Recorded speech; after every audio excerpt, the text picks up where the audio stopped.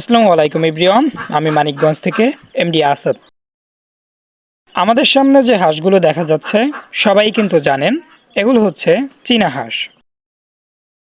আমি খুব একটা আমার প্যারেন্টসের ভিডিও দেখাই না, কারণ প্যারেন্টসের ভিডিও দেখালে এত পরিমাণ অর্ডার আসে যেটা আসলে আমাদের পক্ষে কোনোভাবেই পূরণ করা সম্ভব হয়ে ওঠে না। সেজন্য আমি তেমন একটা প্যারেন্টসের ভিডিও আপলোড করি না। মাঝে মাঝে প্যারেন্টসের ভিডিও আপলোড করতে হয় এজন্যই যে কতটুকু সত্যতা আমাদের কাছে নিজস্ব প্যারেন্টস আছে।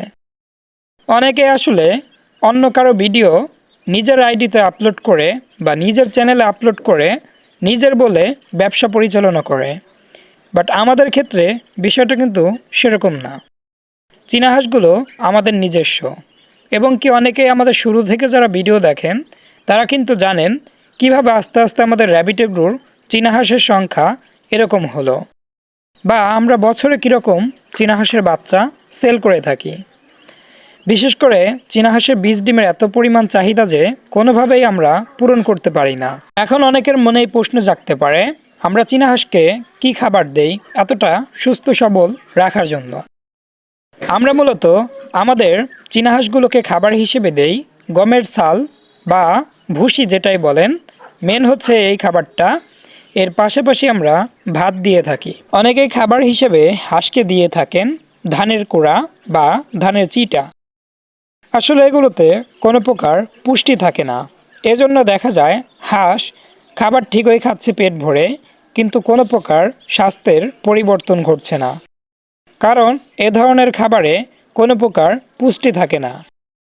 এজন্যই ধানের কুড়া খাওয়ানো থেকে বিরত থাকার অনুরোধ করছি।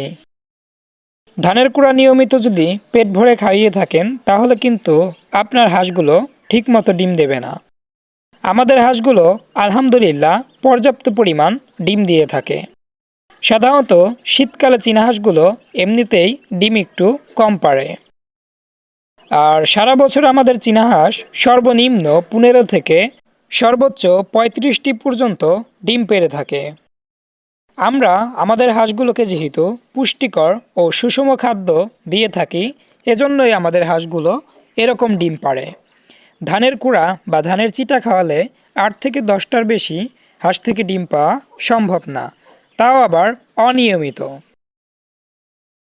আজকে এ পর্যন্তই। দেখা হবে পরবর্তী আপডেট কোনো ব্লগ বা ভিডিওতে। ধন্যবাদ সবাইকে।